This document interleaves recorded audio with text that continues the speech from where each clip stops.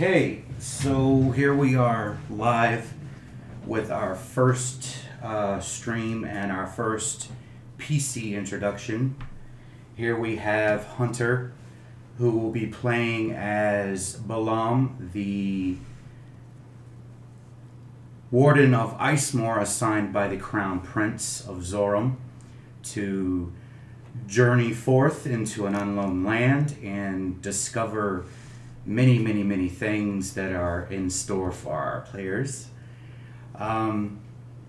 Hunter, if you would please tell us a little bit about Balam and where you come from. Hello. Balam is a tiefling with wings, mind you, and he comes from the mysterious land of Dran, home where many dragons live. Okay. He comes from a household that is fairly wealthy. The matriarch of the household is... she's a high-ranking bureaucrat currently working for the Empire of Zoram. Kind of like an ambassadorial role. Kind of. Interesting. Yes, and he's fairly certain the reason he got selected to be Warden is because of his connection to the Augustus household. So you think it kind of, orders started fluctuating through the house and through all the different senators and stuff, so it rolled downhill to you, and she's like, we'll just have him go do it.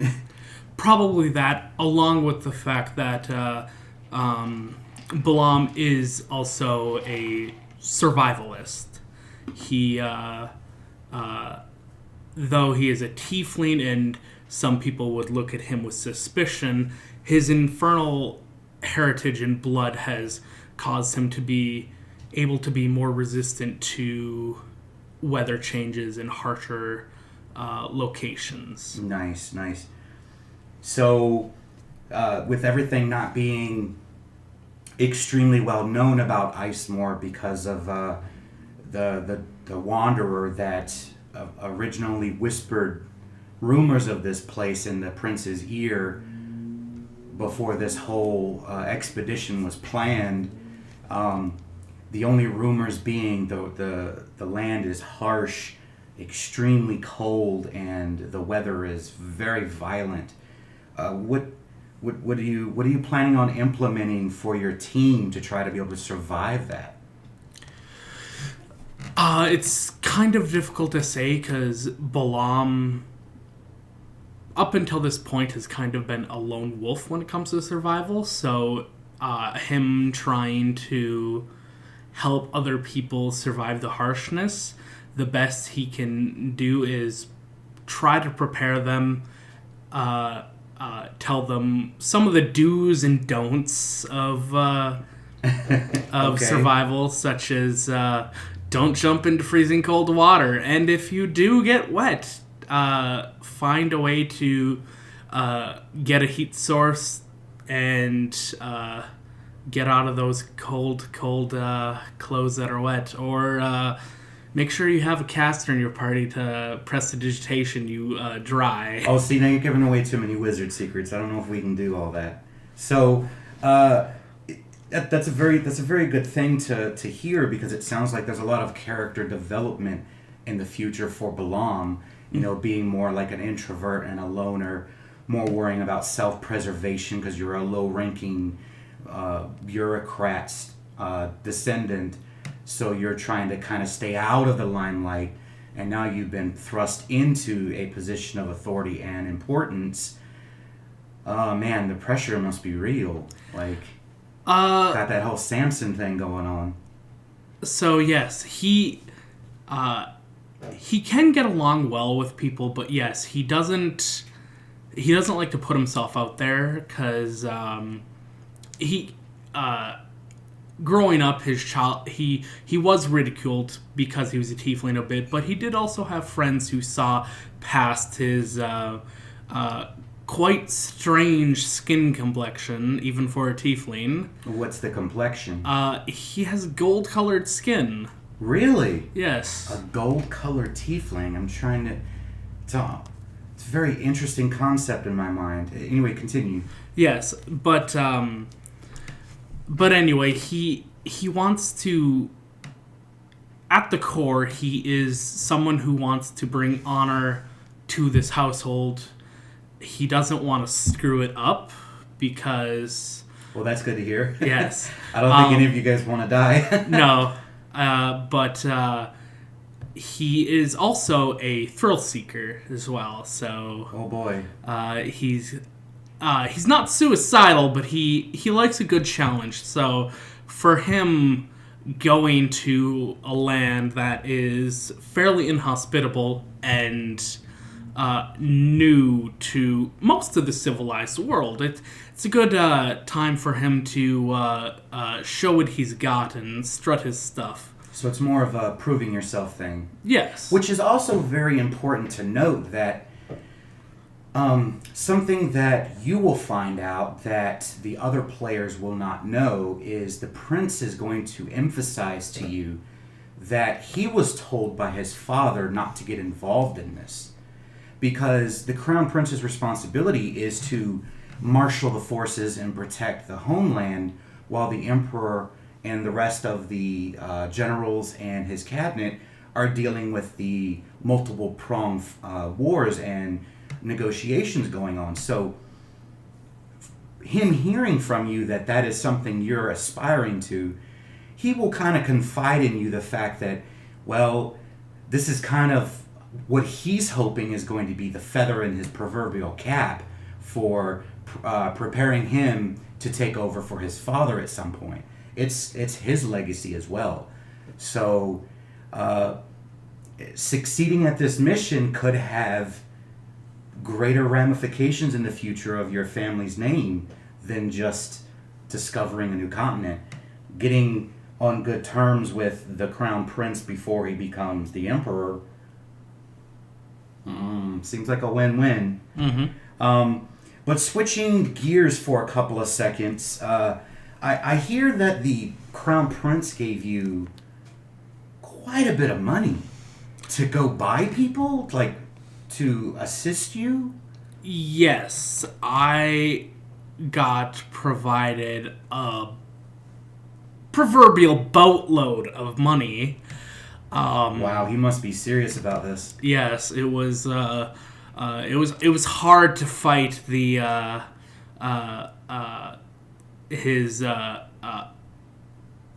little vice he has of not pocketing a bunch of it. Am I smelling greed over there? A little bit. Because I'm getting a waft of it from across the table. A little bit. He that stems from his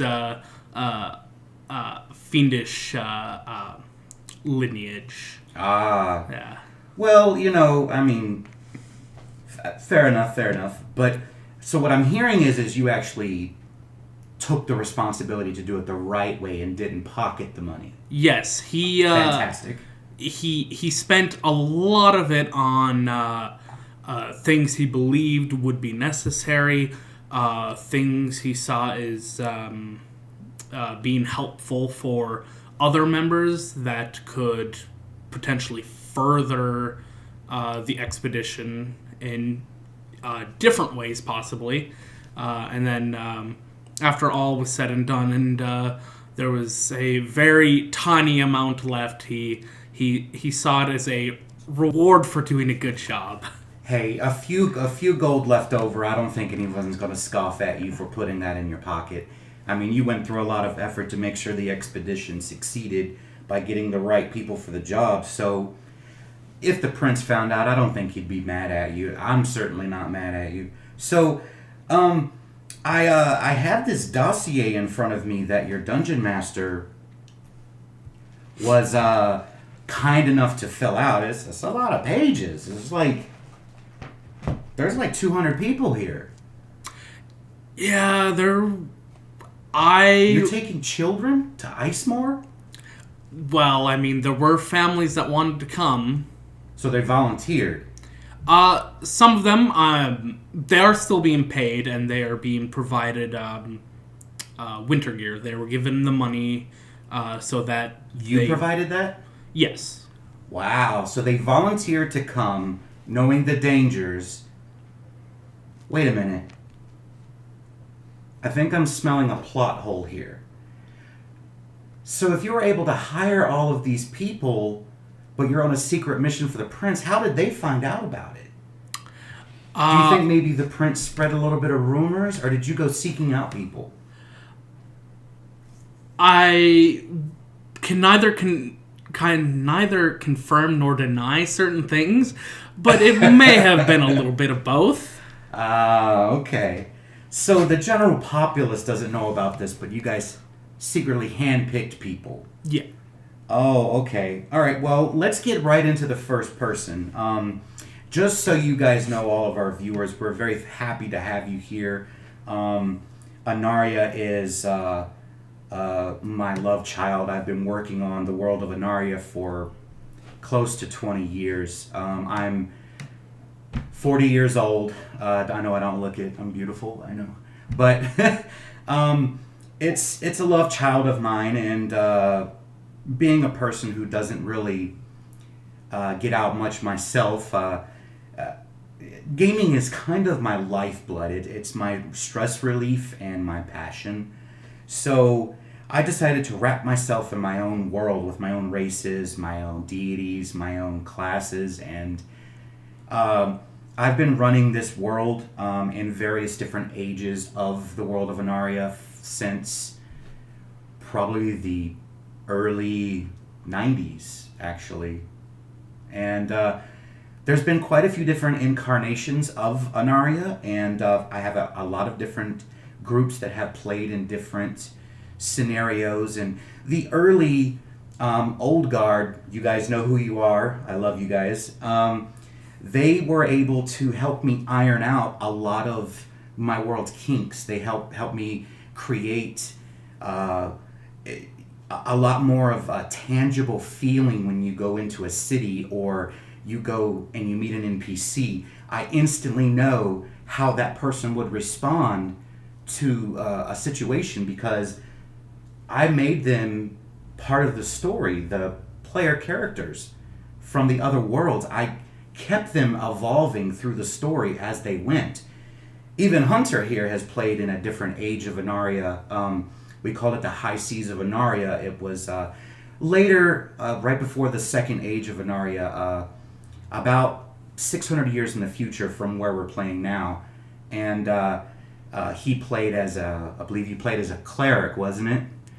Yep. Forge cleric, fixing things. And so I try to reward my players for their effort and the love of their character by keeping it going and keeping them alive and having them, if they start a business, well, it becomes a prominent business in that city that he started it in. And anyway, so that's enough about me for now. A lot more. I'll have an interview with just myself where I'll be answering all of you guys' questions. I will try my best to get through all of them. I'm slightly very excited, so forgive me, this is my first video. So we're going to jump back into the NPCs, Hunter. So the first NPC that I want to mention is you have a lore bard on staff. I'm assuming that this individual was hired to try to keep morale up. I'm not allowed to tell you what level they are, but I will tell you that it is a male tiefling, and their name is Vek M or Uskev. There's a bit of a hyphen in there, so it's Vakoramus Kev is how you say his name. He's a bit of a purple-skinned tiefling with wings and a tail, and he loves to tell stories. He loves to document new things that no one's ever heard of, because he feels like everything you hear going to a bar is the same, into a bar or a tavern is the same old 5 songs. He wants to do something new, so that's why he's tagging along. And he tells you straight up, look, man, I'm only here because I want to learn the story of Icemorr. I don't care who you are. I don't care who they are. I'm just going to document everything. If you don't want me to know about it, don't tell me. But I'm going to document everything I see, and I'm going to tell the most amazing story. I'm going to make you famous. You ready for it? Hopefully not infamous. We'll see. So moving on to the second NPC, you have a female high elf. She is a knowledge cleric. She has a holy symbol that appears to be very familiar to someone who lived in Dran. She worships Arnell, the godfather of all dragons and the Lord of Time. Her name is Shayna Ventum, and she tells you she is there for whatever services that you require. She knows that you are a lesser bureaucrat of Dran, and she wants to make sure that Dran gets a little piece of the pie, even though the Empire is the one that's hiring for the expedition. She wants to take a little bit of the shiny stuff home. So that's why she's here. Jumping off to the next NPC, we have a silver dragon-born male, a cleric of light, who also worships Arnell. I'm beginning to pick up a theme here. Did you just, bring people from Dran with you? Don't answer that. I don't want to know. His name is Gek Torel, and he tells you he is here just to spread the gospel of Arnell and to make sure that during this expedition, no harming of any dragons or lizard folk will be happening under his watchful eye. So just so you know. The goal is to have peaceful negotiations. Violence is a last resort, always. I don't know. There's a couple NPCs here where that might be the first resort. You might need to keep them in a short leash. But anyway, so obviously we're not going to go over all of these people. I'm just going to hit the high notes for the people that you will be interacting with mostly in the town. And the beautiful thing is, somehow a few noble families found out that you were going over here, and they're like, perhaps I should go over there too and, try to secure a safe border for, the Empire. Bring that cheddar cheese. Oh, yeah. Oh, yeah. And then you have an Icemorr female, who you seem to have scribbled a note in here saying she is extremely beautiful. Anyway. Don't let the wife catch that. I'll just put a sticky note over it. No one will know. Her name is Alana Primrose, and she is a cleric of the Arcane. And she worships RNA. Do you know who RNA is? A little bit. I mean, not as much as my main boy, Arnell. I mean, he saved my life at one point, I believe. Previous character. Or this character? This guy. Really? Yes. So that's how you found Arnell? Yes. He was never religious, but he found himself in a very dangerous situation and, by some chance, got rescued.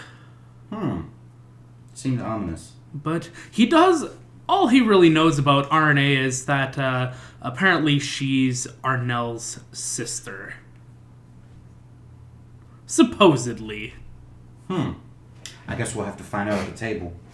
The next person, you have a Druid of the Lands. It is a human... Wait, am I reading this? Am I reading this right? It says a human male/female? Is this a changeling?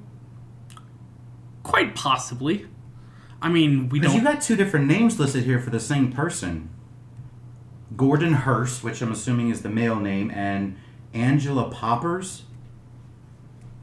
A changeling. Interesting. So when you met with this person and you were recruiting them, did you interview Gordon or Angela? So they're a little bit private about.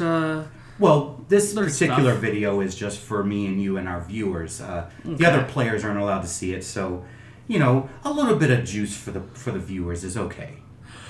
Okay. First, I met with Gordon, and then I kind of caught on to the fact that the person was a changeling when they went to the bathroom, and then they came back as a woman. So Oh, the old proverbial telephone booth swap. yes, so I was confused. They thought it was a little bit funny. Well, I'm going to tell on the DM a little bit here. They're not very high level, so that speaks to the mistake of not being more thorough with their wardrobe changes. So, all right, jumping on down here to the next person, we have a Druid of the Shepherd. Ooh, it's a male Goliath. Yeah, They'll do good in cold climate. the good old Dent. Gabriel the Dent Danton. I wonder how he got that nickname. You know what? I don't want to know. We'll figure it out at the table. That's very interesting when you just call somebody the Dent. Hey, yo, Dent. I would get the feeling that whoever messes with his lovely animals he likes to take care of, that they end up with a dent. Fair enough. All right, jumping on to the next person, we got a Artillerist Artificer. That's a rare thing in the first age of Anarria. Quite. How did you find him? That's the thing. You never really go looking for artificers. They kind of just find you. Ah, okay, fair enough. So it says here that he is a halfling, but you put a question mark next to it. Yes. So I'm guessing he's not really a halfling? Uh, Maybe he might actually be one of Anaria's special races called the... what? The Naval? I think that's what the DM calls it. probably. There's, Aren't they from another planet? yeah, they kind of like to use, and this is a deep lore cut, spelljammers sometimes. Oh, so... Wait a minute. You mean you tell me your DM brought into his world in the future ages of Anarria spelljammers? Yes. Like old school AD&D spelljammers? Oh. Wow. I'm so excited to see that. That is fantastic. Anyway, his name is Alabaster. Does that name ring any bells to you? Pleasant and terrifying. Okay, we'll let their imagination wander with that one. All right, so the next one we have is a ranger that has not yet picked their profession. His name is Briar Diamond Voss. He is a human male. His nickname is Diamond. Maybe he just likes shiny things? It's possible. I mean, who doesn't, after all? Shiny things help make the world go round. That's true. That is very, very true.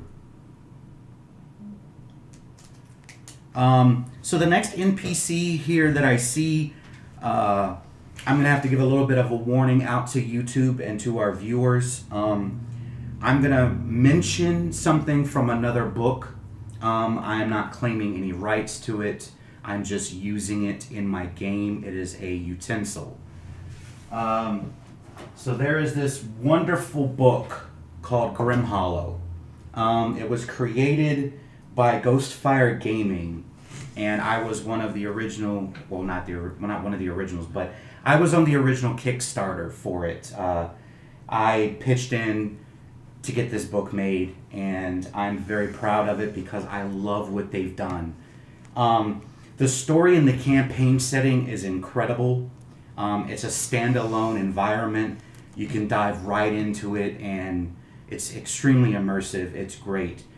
But for Anarria, in my world, what I use it for is its transformations, its advanced backgrounds, and a couple other shiny toys that they've created. So the reason why I bring this up is because the next NPC has one of the transformations, and I didn't want to confuse anyone and have them not know what I was talking about. So, moving back into this NPC, you have a human female with you that is a rogue scout that seems to have slightly pale skin.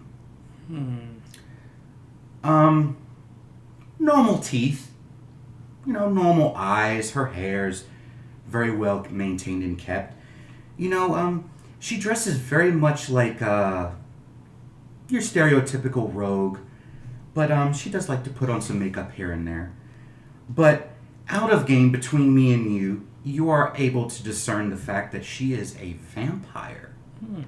So she has the vampire transformation from Grimhollow. So I'm not going to go too much into that because I don't want to take a lot of time in that, but feel free to look that up. Look up Ghostfire Gaming. Go grab you a copy of the campaign setting and the player's handbook. It is an incredible setting. There's so many good immersive tools for DMs, not just for the Grimhollow setting, but also that you can add into your own world. Gary Gygax would be proud of them because they made it so easy to adapt in any setting. It is incredible. Anyway, so the next individual that you have there is a Tiefling Female. Is this your wife? Did you bring your wife? No. Oh, okay. Well, I mean, yes, but no, this is not my wife. Okay. My wife is human. I have questions, but we'll move. Whoa. I just noticed the DM's note of the level on this individual. Ooh. They can cast some spells. Yes. It's a Warlock of the Tome. Yeah, they, this was definitely one of the people that I sought out. It says here that this was a special hire that only has one job. Pretty much. Would you like to share with the rest of the class? So, to ensure that this is as successful as possible, we were only provided one ship. Wait a minute. How are you transporting a colony of people, supplies, I'm assuming livestock, building material, personnel, guards? One ship? How is that possible? So, to, like I said, ensure that this is successful as possible, we had to find a way to make room. So, this individual's special job was simply to just come with us and let us make use of their demiplane spell to store items. Oh, that is clever. That is so clever. Okay. Well, that does beg a couple of questions. So my first question that I think of is, I'm trying to think more along the lines of as like a reporter here and not the DM. But what happens if, God forbid, something happens and you get an encounter on the Sedna, the ship on the way for the 6-month journey to Icemorr, and the Warlock dies? Well, that is quite depressing because that's a game over button, right? Well, not a game over, but it definitely sets us back. That's an understatement. Because they're not the only one going to be aware of the demiplane, just as a backup. Okay, I think I get where you're going. So if someone else is aware, per the stipulation of the spell, demiplane, then they can, once they reach that level of ability, they can reopen that demiplane. Yes, to locate it. Because if you're not aware of it, you can't find it. But if you know... So every caster is going to be introduced to this demiplane that's going with you? Those who have done a thorough background check to ensure... There's that tiefling skepticism I'm smelling over there. Well, it's not just that. I am responsible for these people's lives. That's a good point. That's a good point. All right, so jumping on to the next person, I'm detecting a little bit of an ego from this person because of his title. Oh, I think I know who you're talking about. He's a high elf, a male high elf. He is an abjuration wizard, decent level, between me, you, and the wall. Mm-hmm. His name is Verasul. But he's titling himself as Archmage. What's that about? To say he's doing this because he thinks he's better than everyone because he's an elf would be a horrible thing to say. So I would assume that he is just a narcissist and an egotistic maniac. Fair enough. Well, but don't let him hear me say that, because I like being a tiefling and not a frog. That's true. So, with just talking about the wizard itself, not him, but just wizard, it begs to question one of the factions that dwell inside of the Anarria world. They operate independently somehow from the Zoram Empire on the continent of Zor. So, this faction I'm speaking of is called Icemorr. It is basically a conglomerate and a council of like-minded wizards that just literally spend all their time in this massive magical tower that time moves slower in for them, so they can read all the books they want before they become too old, right? It is wizard heaven. Without dying. That seems pretty good. So, I was able to get a note from one of their secretaries. I'm not going to name any names because I can't divulge my sources. But they did say in order to become an archmage that you had to pass the 111 trials by the Supreme Archmage of Icemorr. So I'm wondering if they may have some questions for this individual at some point.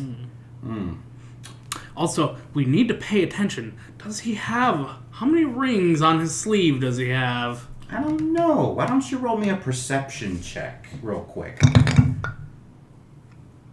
Ouch. That's really good. Oh, no. Well, you got that cursed dice tower that always rolls 20s. Hey, it's not my fault that the maker of this dice tower sacrificed another dice tower to imbue it with magic. Wait a minute. Let me get this right. So the person who made you that dice tower deconstructed another dice tower and used it as a cannibalistic sacrifice to this dice tower? Cthulhu would probably be proud. I don't know if the DM's going to want you to use that on the table. I don't know. You might have to talk to him about that. What would you get? So I did roll a natural 20, and I do have a +6 to perception. A natural 20. Yes. Mm-hmm. I can turn it around if you wish to look. Let's check that out. Holy crap. First roll of the game.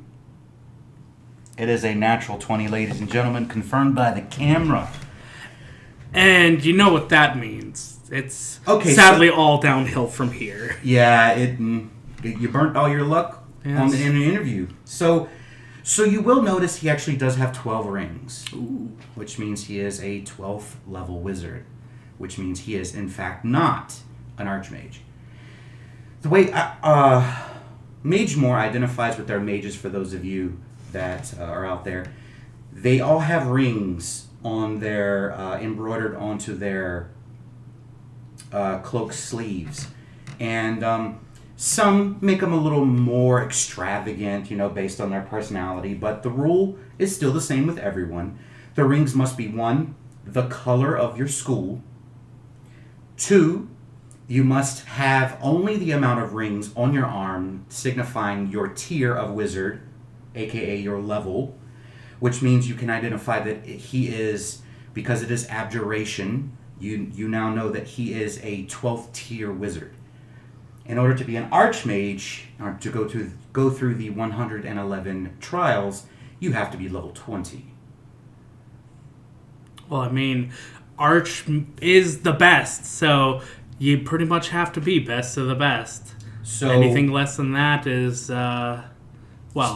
deception. So the fact that he actually has the robes that's been given to him by Icemorr, I'm assuming he at the very least, is a member of Icemorr or has graduated from their basic college. Mm-hmm. You might want to keep an eye on this one. Yeah. I get the feeling Icemorr is aware of him calling himself an archmage, but they probably have decided just ignore him. Fair enough.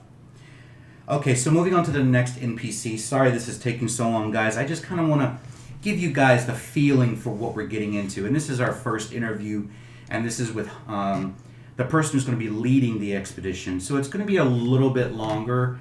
The other videos should be a little more short and sweet. It's more so their background, their intentions, and what we look forward to with their character.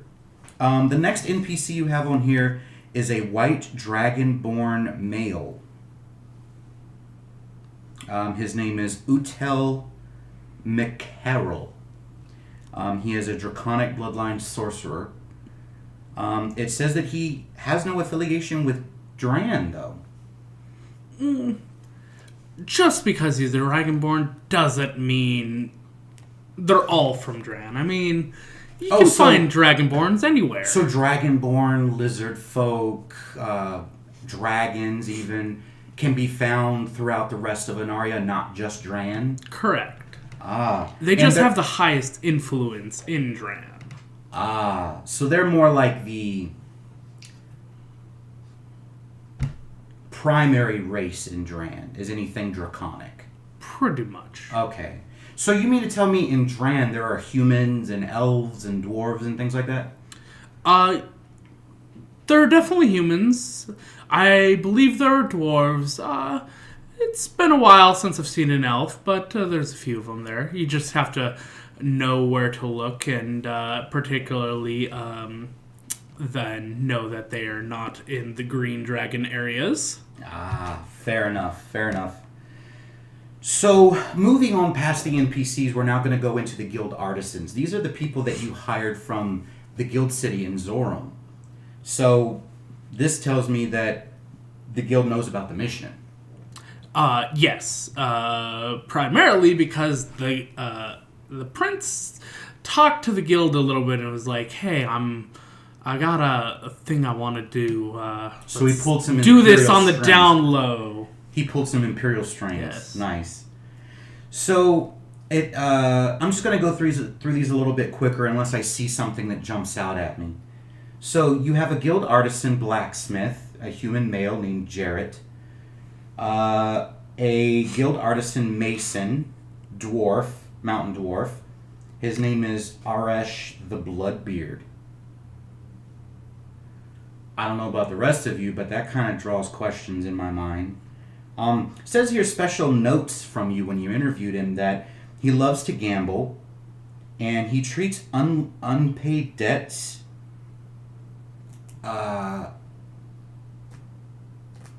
so this is something that okay.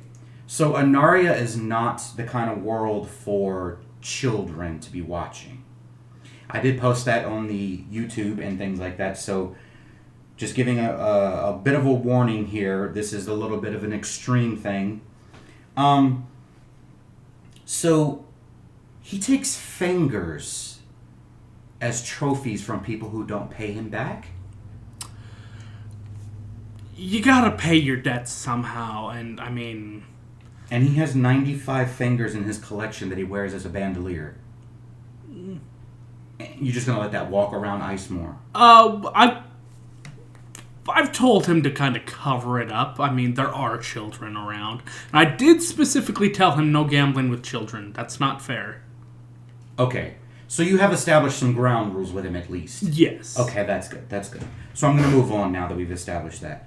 So now you have a Guild Artisan Mason. That is a wood elf male by the name of Valendel. It says on here that he claims that he's been blessed with good fortune. In other words, in Anarria terminology, that means that He is very lucky. It seems as though he's always in the right place at the right time, gets out of trouble, casually might find things. He's got the luck feet, people. He's got the luck feet. Okay. Moving on, you have a guild artisan blacksmith, half-orc female. You know what that makes me think of? Star Trek. Klingons. Mm-hmm. You know, when, never mind. Anyway, her name is Tuck. Moving on to the next one, you have a guild artisan carpenter, halfling male. His name is Tucklebell.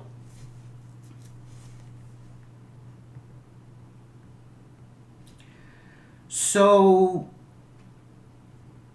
how involved do you plan on having the prince in the application process of these people? Do you have him pull his strings to vet them as well? Or are you just going to do it yourself? So this is a very dangerous mission. We are going to a land that is cold, inhospitable, and so far away that it'll be really hard to get back. Mm-hmm. So everyone has to be able to pull their own weight and have some sort of skill. Kind of ignoring children and that they're children, so... but yes, so everyone has to be vetted very carefully, because, well, you never know. If you have one person who is, up to nefarious deeds, that puts the entire operation in jeopardy. That's very true. So... Well, then, I feel obligated to let you roll another investigation check. Oh, boy. I'm going to give it to you with advantage because you have other agents helping you investigate this individual. Let's see how we do. And...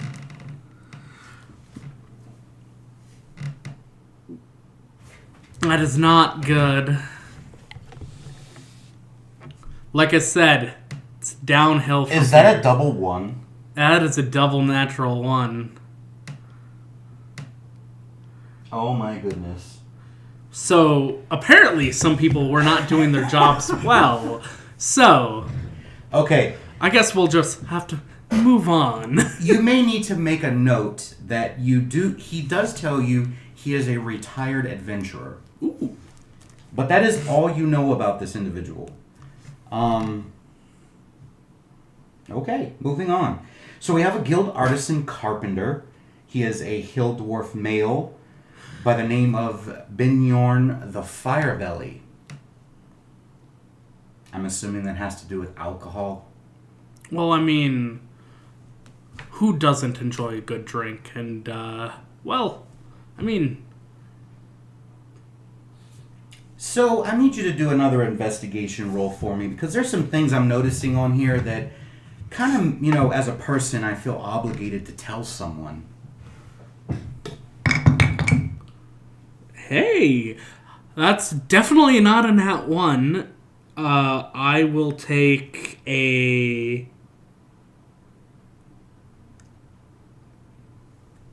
non-natural 20. That'll do it. So you have discovered that he is of the neutral evil alignment category.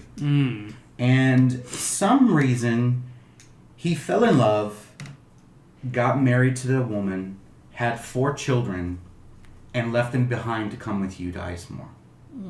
That's sad. Seems like there's more to the story there, but we'll get into that.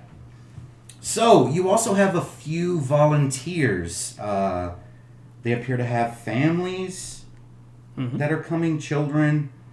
It's just so many people. I'm not going to name all of them off. So, I'm going to go past the volunteers. We'll go through them as they come up. But I'll just mention what they do. You have a farmer that specializes in livestock, a volunteer soldier, an artisan leather worker, a gem and jewel merchant, an explorer and cartographer, another retired soldier, an artisan blacksmith, master crafter,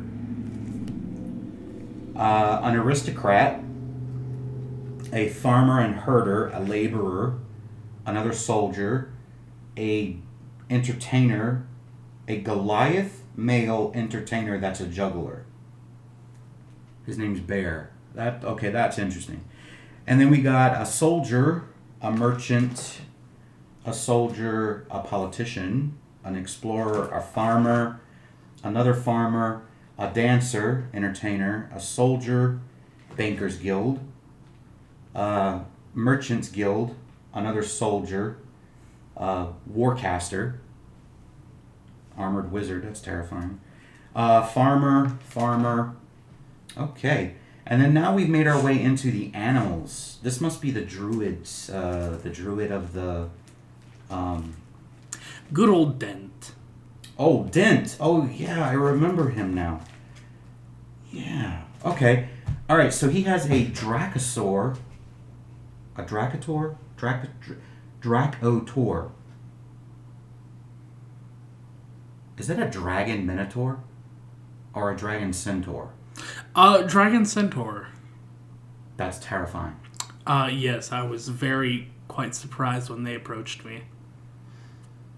Interesting. And it's silver. Yes. And they're coming with a sister. No, wait a minute, they're brothers. They're both silver Dracotor.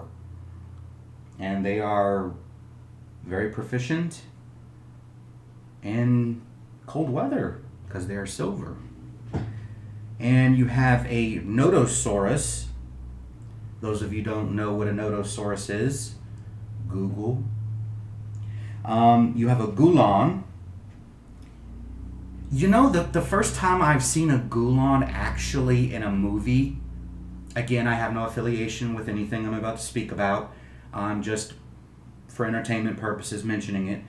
So the only time I've really seen a Gulon on screen actually well captured is in the new Marvel movie Shang-Chi. You know, when they go to that special area and they got those foo dog looking things to protect the town. Oh yeah, the giant lion creatures, basically, Yeah. is the best way I could describe it. It's really cool looking. So you have one of those, 2 snow cats. I'm assuming they're like snow leopards or something. Am I reading this right? Wait a minute. A hill giant by the name of Nick. Ah, yes. NIC.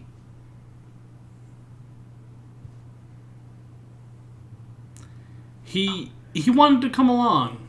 He just volunteered to go with the druid? Pretty much.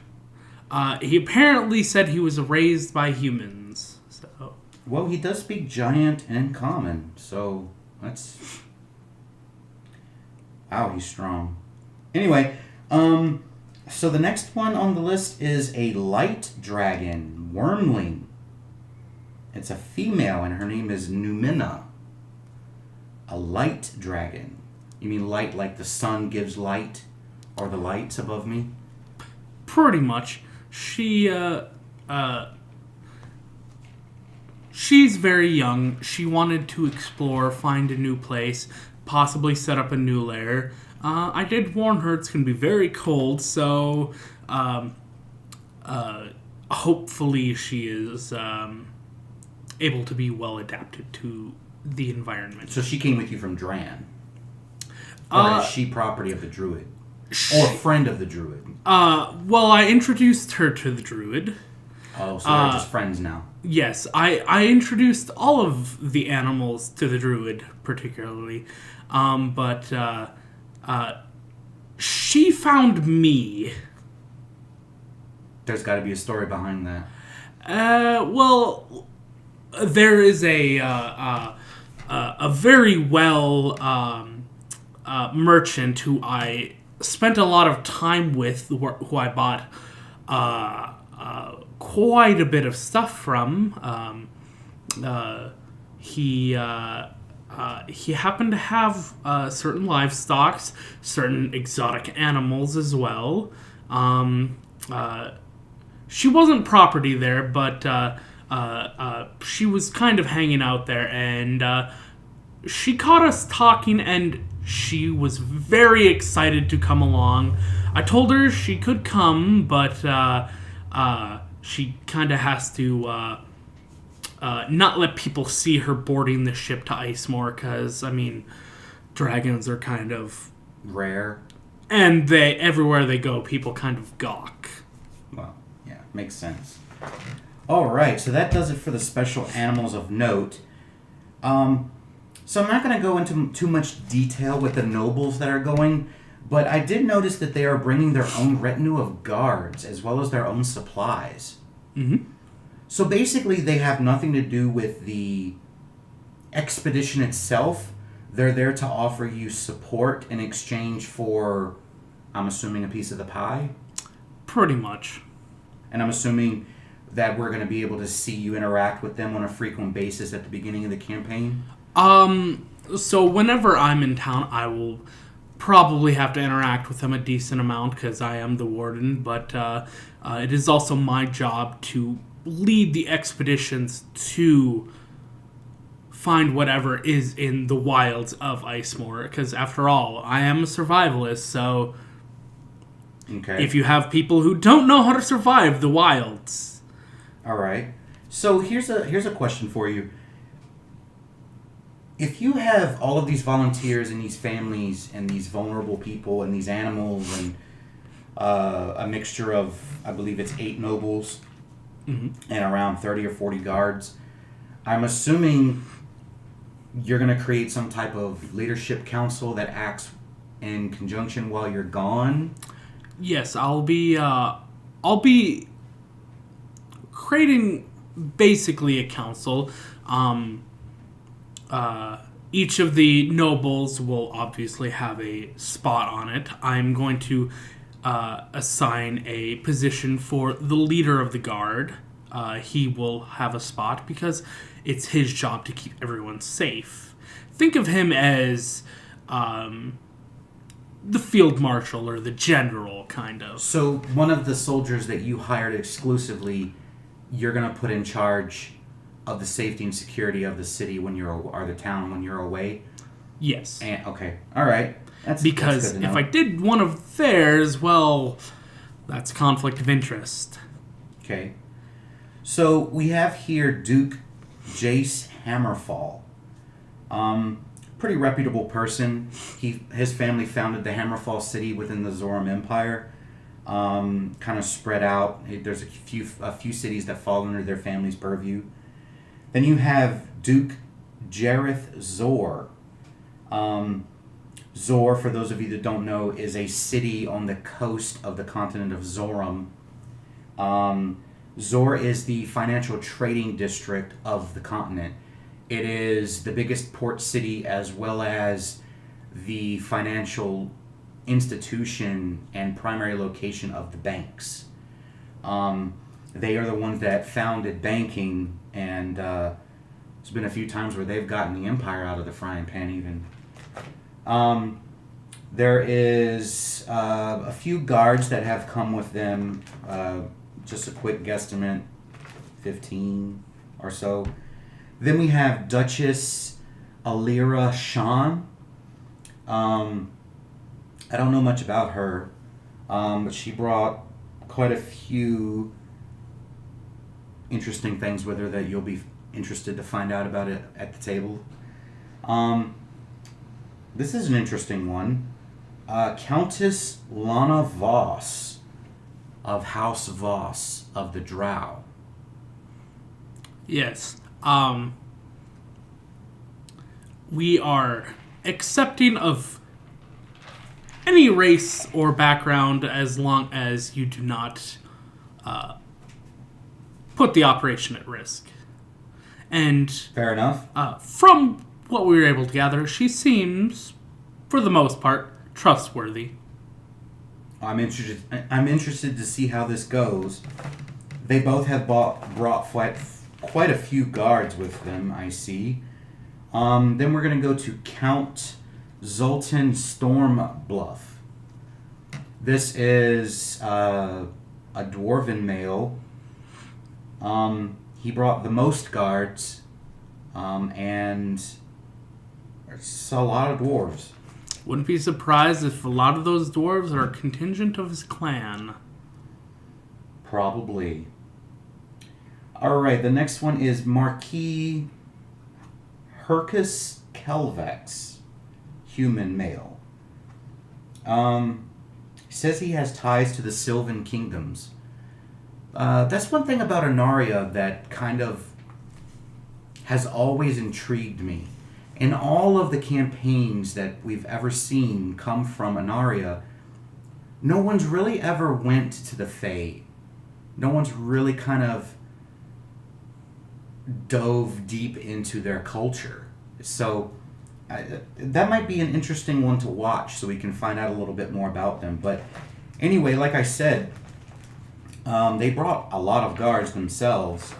And that being the end of the nobles, the business owners that have offered to operate at the town for the benefit of your party, is a few of them, but they're requesting financial compensation over time from you. So I'm assuming you've paid them in advance to get them there, and then as you find stuff, you're going to give them a little bit of, the pie here and there as well? A little bit here and there, yes. So one of the stresses I foresee with your expedition is you being able to maintain the stress of having this pie of Icemorr, having a big chunk going to the prince, and then having to divvy it up amongst all of these people. Seems like there may be some inner working drama that may come from the business owners and nobles at some point. But not to go in too much detail for the shop owners, we'll leave that for the table, but you have a general goods merchant, a librarian, a herbologist, an armorer, and a stonemason, a magic shop. Oh dear. A magic shop? Interesting. I'm just reading some notes on him.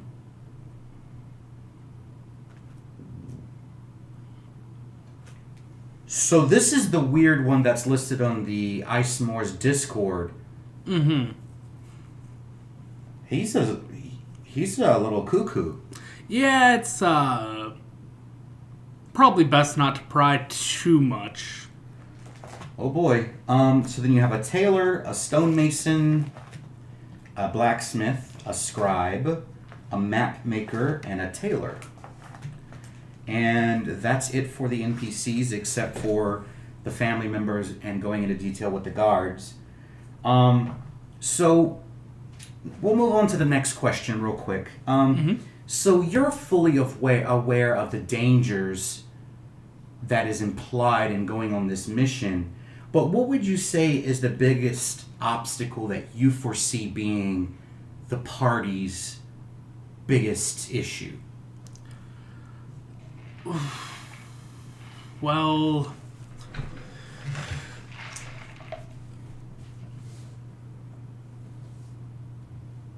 probably one of the biggest issues I think we'll have is the fact that if there are other sentient things living there, which there probably would be, I mean, even though it's inhospitable, there's always going to be people living in unhospitable places. Probably one of the biggest things that will be problematic for us is a language barrier, possibly. That's true. What languages does Balam speak? Balam speaks a decent amount of languages. He is currently working to understand more, but at the moment, he understands a decent amount. He knows Common, Infernal, obviously, Draconic, because he is from Dran. Makes sense. He knows how to talk to good old Dwarvish people. And he also understands the language of the race that at one point was probably the biggest adversary to the dragons at some point. Giants. Ooh, so you're going a little deep in the Anarria lore there.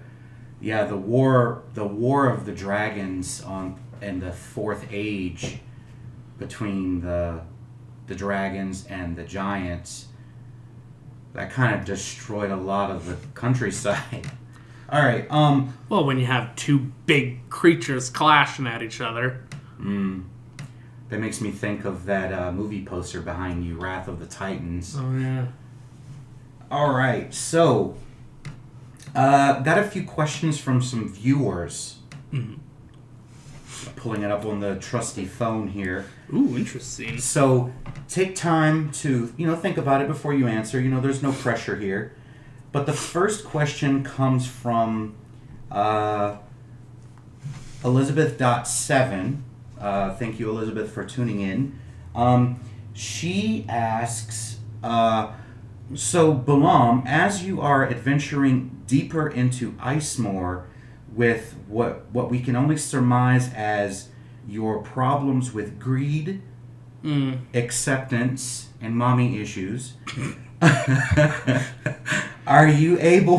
do you honestly feel like you are able to lead an expedition of adventurers into Icemorr?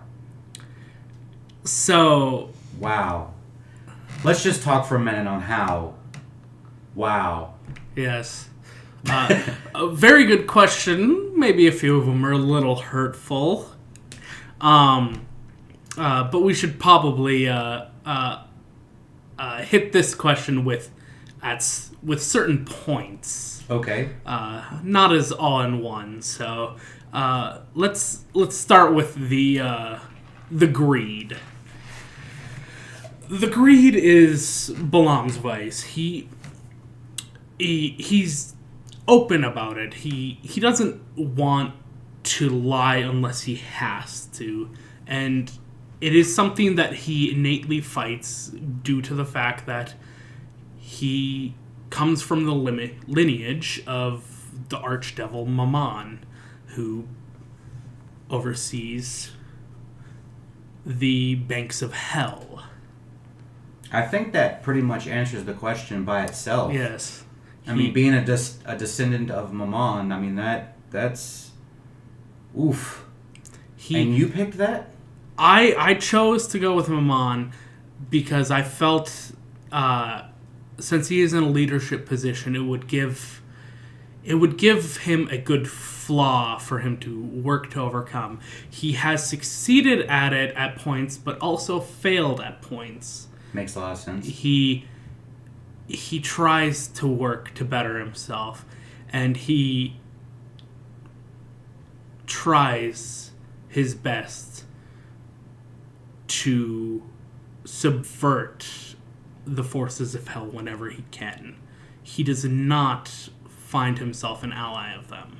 That's good to know. So, we're going to move on to the next question. This question is from Gizmo Chicken 22. Balam, I only have one question. Where did you get the shirt? Oh, this?